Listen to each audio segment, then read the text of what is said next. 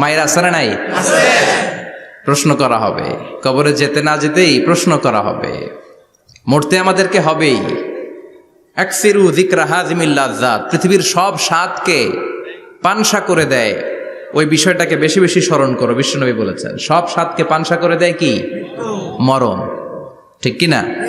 The most certain thing in our life is death, and the most uncertain thing in our life is the time of death. আমাদের জীবনের সবচাইতে সুনিশ্চিত বিষয় হচ্ছে মরণ, মরতে হবেই। কিন্তু সবচেয়ে অনিশ্চিত বিষয় হচ্ছে দ্য টাইম অফ ডেথ, কখন মরবো, কোথায় মরবো এটা জানি না, তাই না? আমরা যে মরবো এটা সবাই জানেন না? কথা বলেন। সবাই জানে, কিন্তু কখন মরবো জানেন? কিভাবে মরবো জানেন? কখন যে মৃত্যুর সময়টা চলে আসবে আমরা কেউ জানি না। এবং একটা মানুষের জীবনের সবচাইতে ভয়ঙ্কর অভিজ্ঞতা হচ্ছে এই মৃত্যু। আর এই এক্সপেরিয়েন্স, এই অভিজ্ঞতার কথা কাউকে শেয়ার করে যাওয়া যায় না। কেমন লেগেছিল তার বলে যাওয়ার আগেই তাকে উড়াল দিতে হয়, ঠিক কি না? এজন্য পরিবর্তন আসতে শুরু করেছে। বাজার শ্রমিক ফেডারেশনের ভাইয়ের আজকের এই চমৎকার প্রোগ্রামের অ্যারেঞ্জ করেছে। আমি আন্তরিক শুভেচ্ছা এবং মোবারকবাদ তাদেরকে জানাই। কোম্পানিগঞ্জ হাই স্কুল প্রাঙ্গণ, আলহামদুলিল্লাহ।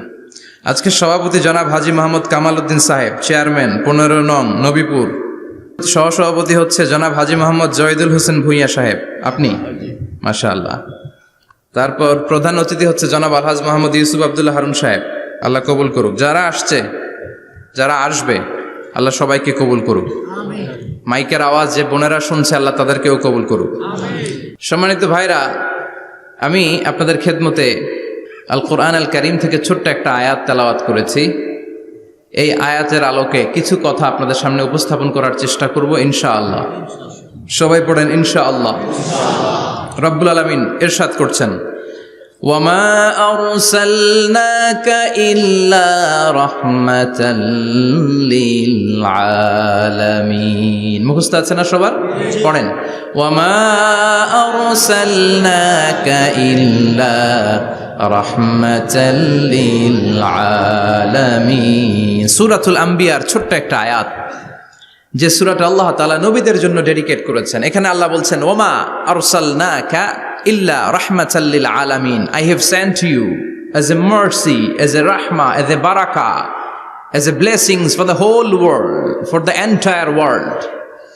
ও নবী, আপনি গোটা বিশ্বের জন্য রহমত, শুধু মানব গোষ্ঠীর জন্য না, শুধু দানব গোষ্ঠীর জন্য না, জিনদের জন্য না, প্রাণীকুলদের জন্য না, শুধু ফেরেশতাদের জন্য না, গোটা বিশ্বের জন্য বিশ্বনবীকে রহমত বানিয়ে পাঠিয়েছে কে?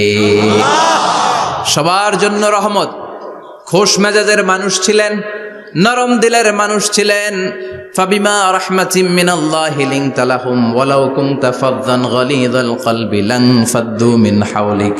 আল্লাহ বললেন, ও নবী, আপনার হৃদয়টা বড় নরম, সফট হার্টেড মানুষ আপনি, কোমল হৃদয়ের মানুষ আপনি, খোশ মেজাজের মানুষ। বিশ্বনবী এত খোশ মেজাজের মানুষ ছিলেন, বিশ্বনবী যেখানেই যেতেন ওখানে মানুষের ভিড় হয়ে যেত। যেখানেই যেতেন পিছু পিছু লোকজন ছুটতো, কারণ খোশ মেজাজের তো, সফট হার্টেড, হৃদয়টা কোমল, ওনার সাথে কথাই বলতে মনে চায়, টাইম পাস করতে মনে চায়। আল্লাহু আকবার।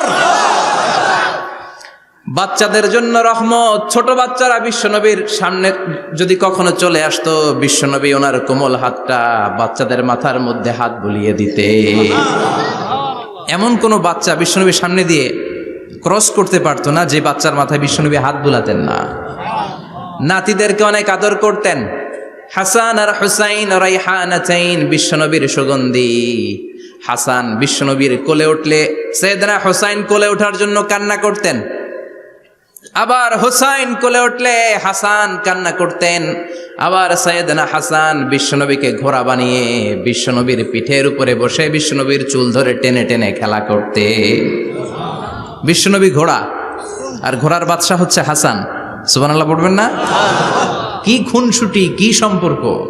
স্ত্রীদের সাথে ভালো আচরণ, কম্প্যানিয়ন্স যারা আছে সাথীদের সাথে ভালো আচরণ, সবার সাথে ভালো আচরণ, সবার জন্য রহমত।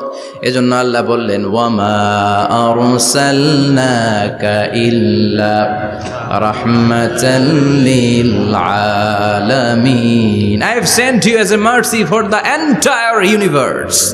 ও নবী, আপনি সবার জন্য রহমত, আপনি সবার জন্য কল্যাণ।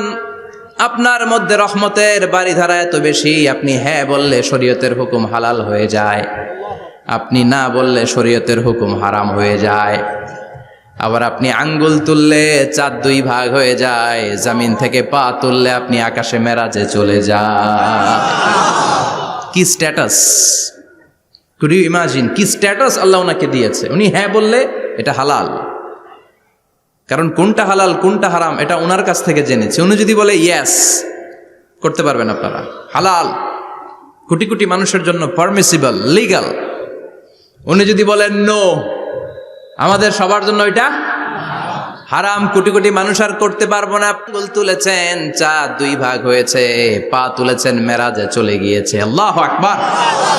তার মানে এমন নবী যে নবীর হা এবং না এগুলো শরীয়তের দলিল, ঠিক কিনা?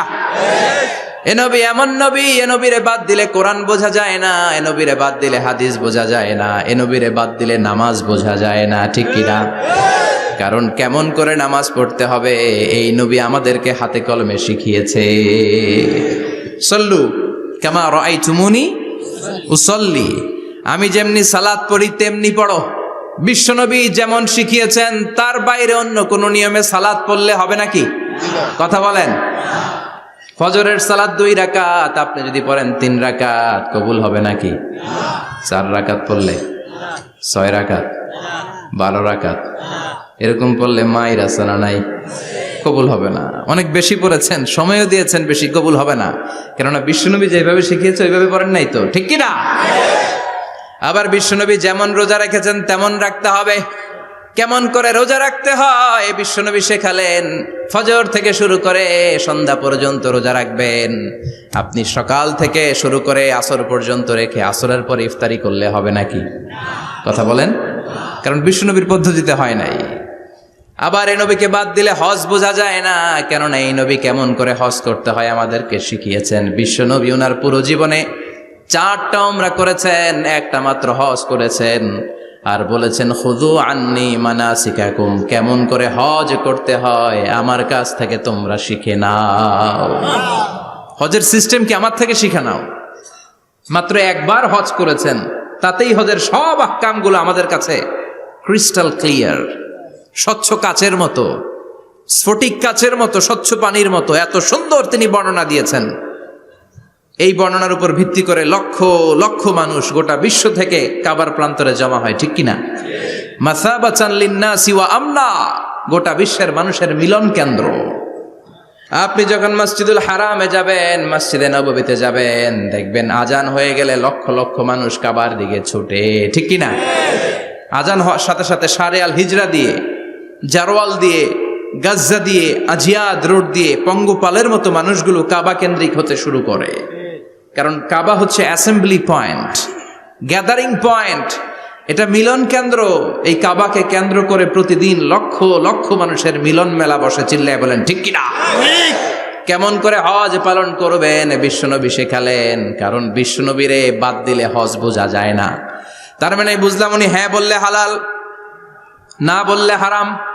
উনারে বাদ তো কোরআন বাদ, উনি বাদ তো হাদিস বাদ। কথা বলেন। উনি বাদ তো নামাজ বাদ, উনি বাদ তো রোজা বাদ, উনি বাদ তো হজ বাদ। এজন্য উনারে বাদ দিলে কোরআন বোঝা যায় না, নামাজ বোঝা যায় না, উনারে বাদ দিলে হজ বোঝা যায় না।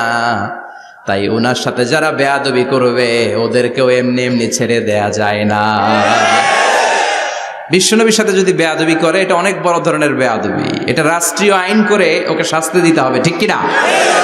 বিশ্বনবীর বিরুদ্ধে যদি ব্লগে কিছু লিখে, কেউ ব্লগ লিখে, বিশ্বনবীর পারিবারিক জীবন নিয়ে যদি কেউ কটু কথা বলে, বাজে মন্তব্য করে, বিশ্বনবীর ব্যাপারে যদি শাহবাগের চত্বর থেকে, প্রজন্ম চত্বর থেকে কোনো কথা বলে, ওই বেয়াদবগুলারে ফাঁসির রশিতে ঝুলানোর দরকার আছে না নাই? Very sensitive issue. বিশ্বনবীর সম্মান গোটা উম্মার সম্মান। কারণ বিশ্বনবী বাদ তো পুরো ইসলাম বাদ।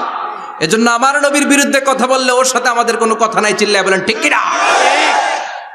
এই সেনসিটিভ ইস্যুতে আমরা সবাই এক। এখানে জামাত ইসলাম নাই, হেফাজত ইসলাম নাই, তাবলীগ নাই, আলিয়া নাই, কওমি নাই। বিশ্বনবীর সাথে বেয়াদবি করলে ওগুলোকে রাষ্ট্রীয়ভাবে ফাঁসি দেওয়ার দরকার, শাস্তি দেওয়ার দরকার আছে না নাই? সবাই একমত? এই বেয়াদবগুলোর সাথে আমাদের কোনো সম্পর্ক নাই, চিল্লায় বলেন ঠিক কিনা? এই বেয়াদবগুলো যদি নবীর ব্যাপারে আর কিছু বলে সবাই মাঠে নামতে রাজি আছেন তো? এদের বিরুদ্ধে মুষ্টিবদ্ধ হাত নিয়ে ময়দানে থাকতে রাজি আছো তো মুসলমান? কারা কারা রাজি হাত তুলে আল্লাহর দেখা?